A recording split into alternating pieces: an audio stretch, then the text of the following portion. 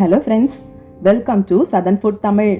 இன்னைக்கு நம்ம southern food தமிழில் ஒரு கிறிஸ்பியான உருளைக்கிழங்கு வறுவல் ரெசிபி தாங்க பார்க்க போகிறோம். இது தயிர் சாதத்துக்கு ஒரு அட்டகாசமான சைட் டிஷ். வாங்க இந்த மொறுமொறுப்பான உருளைக்கிழங்கு வறுவலை எப்படி பண்ணுறதுன்னு வீடியோக்குள்ளே போய் பார்க்கலாம். வீடியோக்குள்ளே போகிறதுக்கு முன்னாடி நம்மளோட சேனல் சதன் ஃபுட் தமிழை சப்ஸ்கிரைப் பண்ணிவிட்டு பக்கத்தில் இருக்க பெல் சிம்பிளையும் கிளிக் பண்ணிக்கோங்க. இதுக்கு நான் இன்னைக்கு ஒரு 4 கிலோ உருளைக்கிழங்க இந்த மாதிரி நீல வாக்கில் கட் பண்ணி எடுத்து வச்சுருக்கேன். உங்களுக்கு விருப்பமான எந்த ஷேப்லனாலும் நீங்கள் கட் பண்ணிக்கலாம். இப்போது அடுப்பில் பேன் வச்சுட்டு அதில் ஒரு 3 டேபிள் ஸ்பூன் எண்ணெய் சேர்த்துக்கலாம். எண்ணெய் சூடானதும் இதில் 1 டீஸ்பூன் கடுகு, கூடவே ஒரு 1/4 டீஸ்பூன் பெருங்காயத்தூள். இந்த கடுகு நல்லா வெடிச்சதுக்கு அப்புறமா இதில் நம்ம கட் பண்ணி வச்சுருக்க உருளைக்கிழங்கு துண்டுகளை உள்ளே சேர்த்துக்கலாம்.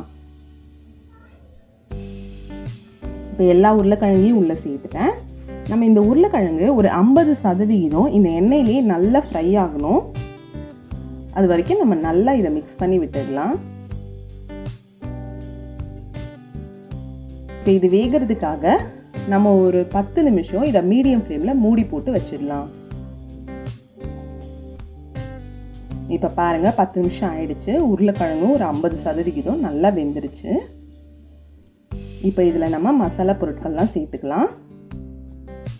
ஒரு 1/4 டீஸ்பூன் மஞ்சள் தூள், 2 டீஸ்பூன் குழம்பு மிளகாய் தூள் சேர்த்துக்கிறேன். உங்கள் காரத்துக்கு ஏற்ற மாதிரி அட்ஜஸ்ட் பண்ணிக்கோங்க மிளகாய் தூளோட அளவை. கூடவே ஒரு 1/4 டீஸ்பூன் கரம் மசாலா, நல்ல ஃப்ளேவருக்காக. இந்த டிஷ்ஷுக்கு தேவையான உப்பு. இது எல்லாத்தையும் சேர்த்துட்டு நம்ம நல்லா மிக்ஸ் பண்ணி விட்டுடலாம்.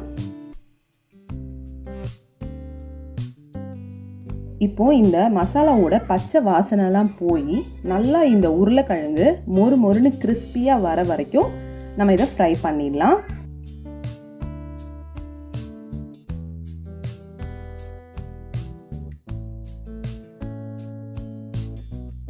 பாருங்க, உருளைக்கிழங்குலாம் நல்லா மொறு மொறுன்னு கிறிஸ்பியாக வந்துருச்சு. மசாலாவோட பச்சை வாசனையும் போயிடுச்சு.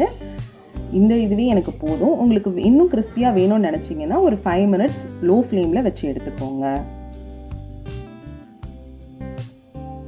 அவ்வளோதான் ஃப்ரெண்ட்ஸ், மொறுமொறுப்பான உருளைக்கிழங்கு வறுவல் சுட சுட சூப்பராக ரெடி ஆயிடுச்சு. நீங்களும் கண்டிப்பாக இந்த ரெசிபியை உங்கள் வீட்டில் ட்ரை பண்ணி பார்த்துட்டு எப்படி இருந்ததுன்னு உங்களுடைய கருத்துக்களை கமெண்ட் பாக்ஸில் பதிவிடுங்க.